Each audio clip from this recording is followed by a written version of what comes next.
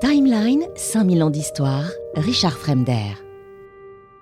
Il y a pire peut-être que la corruption, c'est le sentiment qu'il n'a jamais rien aimé, qu'il n'a été fidèle à personne, qu'il a trahi les rois, l'Église, la Révolution, l'Empire, la Restauration, qu'il a changé de camp comme on change de veste, mais toujours au bon moment, pour reprendre la chanson de Jacques Dutronc. Mais là encore, il répond par une phrase terrible. Comme je vous l'ai dit tout à l'heure, elle est forte cette phrase, je n'ai jamais abandonné un régime avant qu'il ne se soit abandonné lui-même. Cette maxime, répétée, martelée, est au cœur de sa légende noire, parce qu'elle dit tout et elle inverse tout. Elle transforme la trahison en lucidité, la déloyauté en clairvoyance, l'opportunisme en survie. Et c'est là, certainement, que réside le mystère Talleyrand. Dans cette capacité à faire le mal sans jamais paraître en être l'auteur. Dans cette manière de rester impassible, calme, poli pendant que les régimes s'effondrent, dans cette élégance du crime politique, jamais grossier, jamais violent, toujours souriant. Balzac va dire de lui, Talleyrand c'est le dernier des grands seigneurs, il a traversé la tempête comme un navire doré. Victor Hugo, plus cruel, racontera qu'à sa mort, son cerveau, j'ai commencé par là, cet organe qui avait menti, trompé, vendu, conseillé 20 rois, fut jeté dans les égouts par un domestique distrait. Comme si l'histoire, elle aussi, voulait se débarrasser du personnage. Mais ce geste, aussi brutal soit-il, n'efface rien.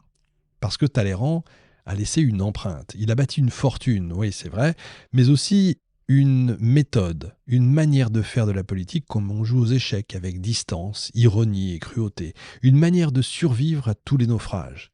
Et cette légende noire, loin de le détruire, en fait, l'a rendu immortel. On peut mépriser Talleyrand, on peut le détester, mais on ne peut pas l'ignorer.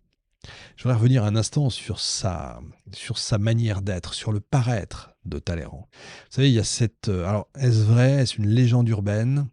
J'ai trouvé les deux, donc je vais vous la donner quand même.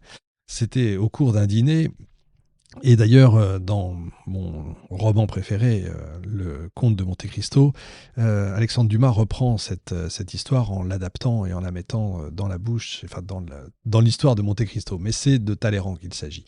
Il reçoit dans un dîner important des ambassadeurs, etc., des princes. Bon. Et il fait venir une lamproie, un poisson très très difficile à attraper, et quand vous avez une lamproie à l'époque, c'est très compliqué parce que ça ne voyage pas, et le poisson ne voyage pas, vous vous en doutez, et la lamproie n'existe pas en France, il n'y en a qu'en Italie, dans certains endroits, et pas ailleurs. Donc c'est très compliqué de manger de la lamproie. Et donc, au dîner, il y a de la lamproie, et arrivent deux serviteurs qui portent un énorme plateau dans lequel nage une lamproie vivante. Et donc il la fait rapporter. Donc les convives s'ébobissent, extraordinaire, fantastique, mais comment ? Mais enfin, imaginez, depuis l'Italie, comment avez-vous pu, etc., etc. Et Talleyrand fait un croche-pied à l'un des deux serviteurs, et donc il trébuche, tombe, et la lamproie s'écrase par terre, donc va mourir dans un coin, etc. Tout le monde horrifié, comment ? Mais qu'à cela ne tienne, dit Talleyrand, et il tape dans ses mains, et une deuxième lamproie arrive. Évidemment, tout ça est orchestré, tout ça est préparé, c'est un extraordinaire metteur en scène. C'est Talleyrand, tout Talleyrand est là. Et chez lui, il y a aussi un paradoxe constant. L'homme du silence, du secret, de la parole mesurée toujours. Dans sa vie privée, paradoxalement, sa vie est traversée d'éclats, de passion, de chuchotements. Parmi tous ces échos, les femmes tiennent une place particulière. Là encore, Guitry va s'en faire l'écho. Non pas les femmes au sens abstrait, mais des figures concrètes, marquantes, qui ont gravité autour de lui comme des planètes autour un astre froid. Parce que si Talleyrand a été un animal politique hors pair, je pense que vous l'avez compris, il a aussi été, on l'oublie trop souvent, un homme de chair, un homme de plaisir, de goût, de séduction, parfois même de dépendance active et affective. Mais jamais de naïveté. Ça, il a ça avec Napoléon aussi. On raconte que dès son adolescence, Talleyrand, déjà handicapé du pied depuis toujours, compense cette faiblesse physique par une forme d'élégance lascive. Il cultive sa voix, ses gestes, son regard. Il apprend l'art de séduire sans jamais se compromettre. Très tôt, il est initié au plaisir galant dans les salons libertins du XVIIIe siècle qui se terminent, et ce goût ne le quittera jamais. J'adore cette époque aussi pour ça. Talleyrand n'est pas un débauché à la manière de Mirabeau, par exemple, ou de Fouché.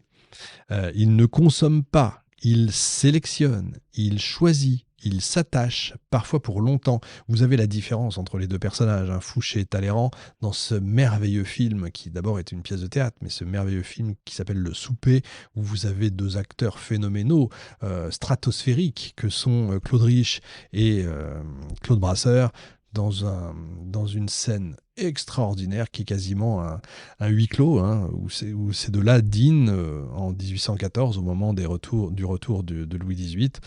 C'est exceptionnel, un moment très fort, un texte remarquablement écrit que je vous conseille de regarder.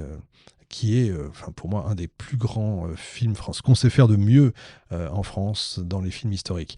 Et vous avez là la différence justement entre les deux, entre celui qui est précieux et celui qui ne l'est pas. Il cherche non pas la beauté, mais surtout l'intelligence élégante.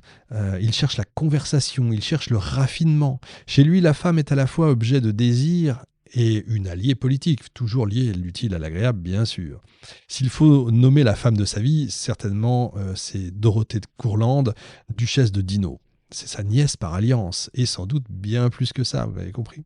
Il entre dans sa vie au moment de la Restauration, quand il est déjà âgé, mais encore au sommet de son influence. C'est d'ailleurs elle, dans le film dont je vous parlais il y a un instant, Le Souper, il parle de sa nièce, il doit aller lui dire bonsoir. Et Fouché sait très bien et lui fait a un clin d'œil évidemment pour lui expliquer, lui faire comprendre qu'il comprend justement. Cette femme est jeune, cultivée, vive, brillante. Elle devient sa secrétaire, sa conseillère, son hôtesse, sa confidente. Elle gère ses papiers, ses voyages, ses salons. Et pendant près de 20 ans, elle est tout simplement son alter ego féminin. Alors ont-ils été amants ?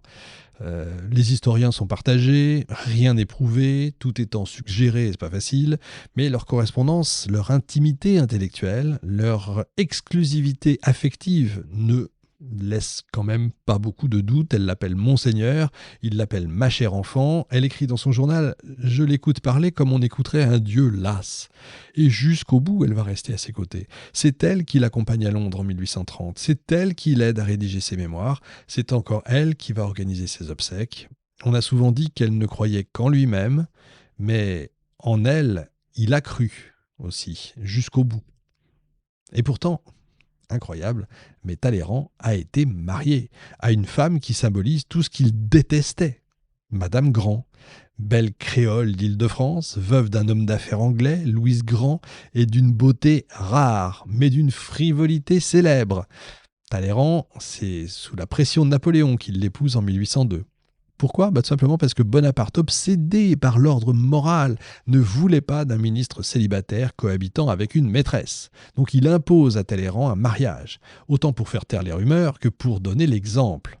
Et Talleyrand s'exécute, mais alors sans illusion. Un jour il dira « J'ai fait là un contrat d'indifférence ». Et de fait, ils vont vivre séparés très rapidement. Elle dépensera sans compter, il détournera les yeux puisqu'il a de toute façon de l'argent sans compter. Leur union est une façade, un véritable théâtre. Mais ce mariage illustre bien quand même le rapport de Talleyrand avec les conventions. Il respecte les conventions en apparence pour mieux les contourner en pratique. Au-delà des passions et des convenances, Talleyrand a toujours su utiliser l'influence féminine dans le jeu politique. À une époque où les salons étaient des laboratoires diplomatiques, très tôt il comprend que les femmes jouent un rôle clé. Il fréquente les grandes salonnières, si j'ose dire, Madame de Staël, Madame Récamier, Madame de Souza. Il les écoute, pas Linda, il les écoute, les flatte, les informe, il les instrumentalise, on peut rigoler.